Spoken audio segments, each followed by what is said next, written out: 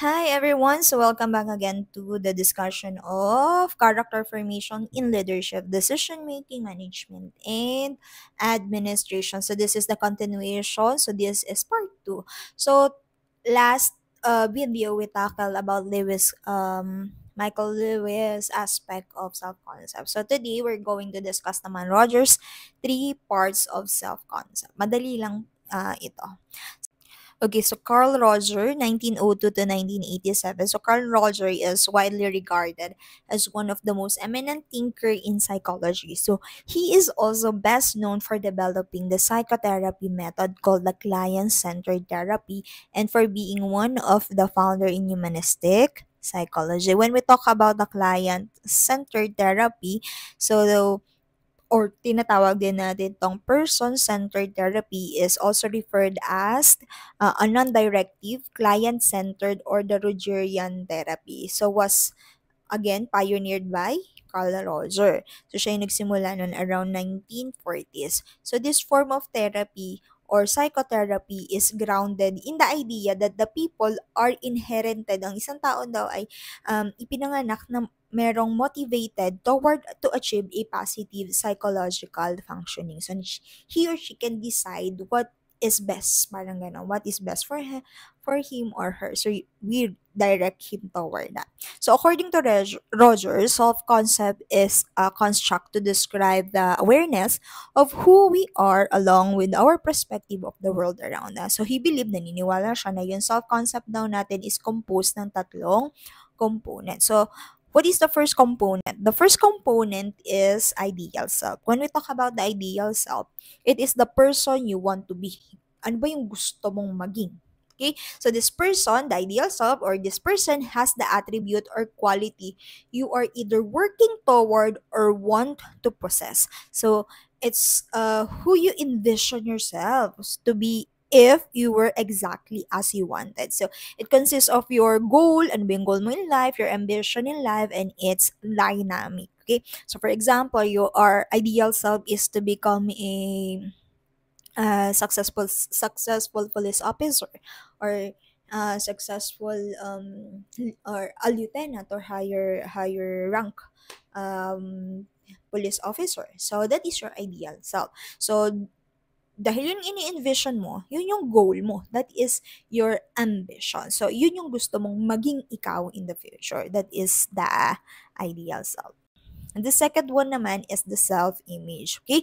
From the word itself, self-image. Okay? This pertain to how we see ourselves, which is important to good psychological health. So, maganda kung nagkakaroon tayo ng positive self-image. Maganda siya sa ating mental health.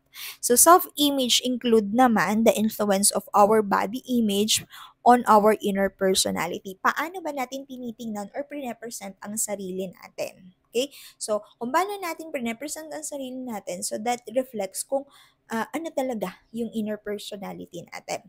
At a simple level, we might perceive ourselves as a good or bad person, beautiful or ugly. So, ang self-image daw, paano mo tinitingnan yung sarili mo?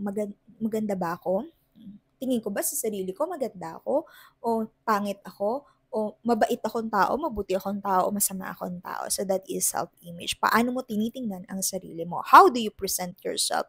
Okay? Self-image affect how a person think, feels, and behave in this world. So dahil ito nga yung pananaw mo, o tingin mo sa sarili mo, nakaka-apekto ito kung paano ka mag-isip, paano ka makaramdam, or ano yung nararamdaman mo, and paano ka mag-behave around this world. For example, ang tingin ko sa sarili ko is maganda. So, ang ganda ko, therefore, tumataas yung confident ko. Okay? Nagiging positive thinker ako. So, nabuboost yung confident ko. I feel good. And how I behave is, tawag doon, uh, parang approachable or confident to say whatever comes to mind or very respectful. Kung ang tingin mo naman sa sarili mo is hindi ka masyadong magaling, ang pangit mo.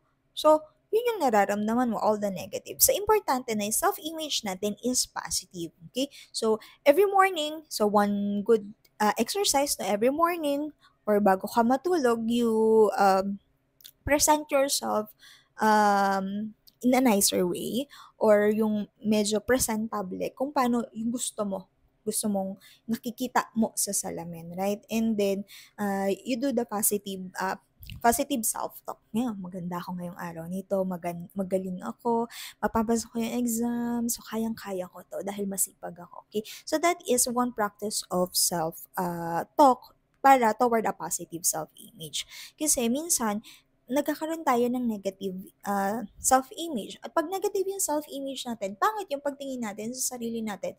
Naapektuhan again yung paano tayo mag-isip, makaramdam, at paano tayo gumalaw or mag-behave sa isang lugar. Another thing is, halimbawa, sinabihan ka ng nanay mo or ng tatay mo ng tamad ka, ganyan. Pero iniisip mo sa sarili mo, hindi naman ako tamad, masipag naman ako. Masipag kaya ako. So, kahit anong sabihin ng external world, iba pa rin. Pag yung inner voice mo, yung self mo, yung nagde-determine kung sino ka talaga. Okay? Next. Okay, so this is the last one is the self-esteem, so also known as the self-worth. So it comprises of what we think about ourselves. So Roger believed feelings of self-worth develop in early childhood and were formed from the child's interaction with their mother and father. So ang atin bang self-worth or self-esteem is may malaking part ang ating mga parents. So ano ba yung example nun? For example, ikaw bata ka pa lang, so meron kang initiative na maglaba. For example, yan. Gumamit ng washing machine. And then, halimbawa, ano ka noon? Grade 5. Grade 5, grade 6, or younger. So, naglaba ka. And then, pinagalitan ka lang nanay mo, ano ba naman, nag-aaksaya ka ng mga detergent, ang sabon, sayang kuryente, sayang tubig, ganyan-ganyan. So, ang natigin-tingin ng bata is, hindi niya kaya. Okay? Mapapagalitan siya pag yung ginawa niya. Yung ginagawa niyang initiative, yung ginawa niyang paghulilinis is hindi siya nabigyan ng praise. So, therefore, bumaba yung self-esteem niya or yung self-worth pagdating sa paglilinis.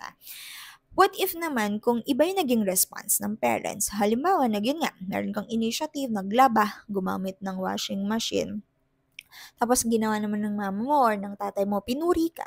Oo, sipag naman ng anak ko, ganyan. O, naglilinis siya, okay, very good. Pero medyo ano lang ha, kailangan lang natin tong ibawas-bawasan yung paggamit ng tubig, o kaya ng detergent, ganyan. Pero okay na yan, at least marunong ka na maglaba.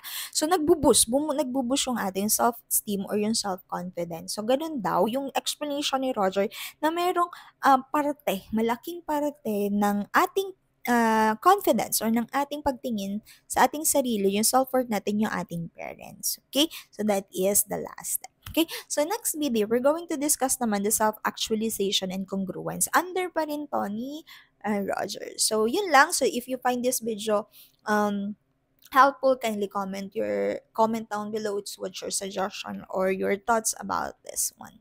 Again lang at maraming salamat. Bye!